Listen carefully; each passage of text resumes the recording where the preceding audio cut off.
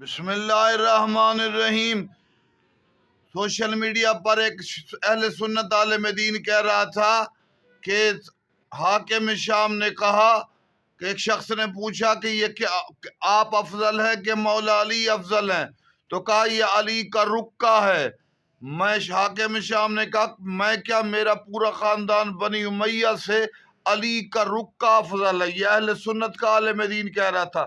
جب علی آپ کی نظر میں علی کا رکا پوری بنی امیہ امیر شام سے افضل ہے آپ کے بقول، تو پھر دل سے علی کا اعتراف کیوں نہیں کیا؟ قرآن سنت کے نظر کے علاوہ احادیث میں مخالفین بھی مان رہے ہیں کہ علی افضل ہے، تو پھر مصطفیٰ کی جان کو کیوں نہیں مانا جا رہا؟